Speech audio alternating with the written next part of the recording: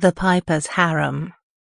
Adult fairy tale, mind control, gangbang erotica. Written by Margot Devine. Narrated by Edie Olliver. The Piper's Harem. The mustachioed Casanova stepped down from his gilded carriage, looking out over another besieged town. Babehaven was a place that, for reasons unknown, possessed some of the finest ladies in all the land. Its men, too, were perhaps the richest in the kingdom, and it was most likely for this reason that a litany of attractive ladies flocked and found it hard to leave. Our roguish hero, however, arrives for another reason. For nigh on a decade, the rats have plagued the country, scurrying from town to town and wreaking havoc in their wake. Behind them, and sometimes in front, stood the Pied Piper, clad in the finest coloured stripes of oriental silk. He had made a princely sum from his craft, and Babehaven was soon to be his next boon. "To the town centre, sire?" his old, wiry coachmaster asked, looking under the brim of his top hat. "No, Hector. I think I should like to walk the rest of the way." "Right you are," Hector said. "Go on ahead and let me drink in this fine town." "I shall hope to drink it in too," Hector said, but he was talking literally. The coachmaster's only joy was in the repeated relief of liquid from many a tankard. The reins cracked and the wooden wheels of the carriage rumbled on the cobbles, bouncing off along the street and heading down the hill towards the Pied Piper's next adventure. He took a deep breath of the cool, misty English air as he looked on the vista below. "Smells like fortune," he declared. The road wound down the side of a hill, and slowly the evidences of civilization appeared.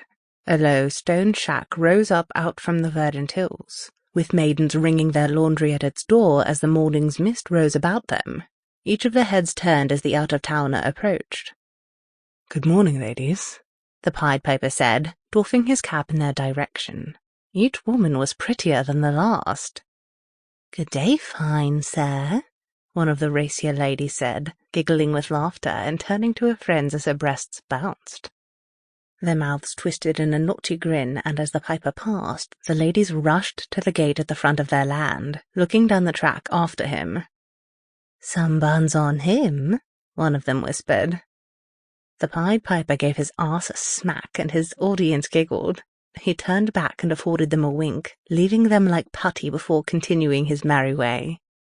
There was an air of mystery to the Pied Piper that seemed to drive women wild. His olive skin and perfectly curved black moustache only intrigued people further, as did the outlandish drapes that he so often wore. He reached down into the leg of his pants and produced his trusty flute, giving it a quick melodic toot. The ladies at the gate became giddy with excitement, clenching their hands to the wooden stile and leaning their heads back to the heavens. "He's so dreamy," one of them cried, enchanted. The Pied Piper didn't look back. Instead, he slid the instrument back into his fineries, wearing a devilish smirk the entire time. He knew the power of his flute when paired with his own lips.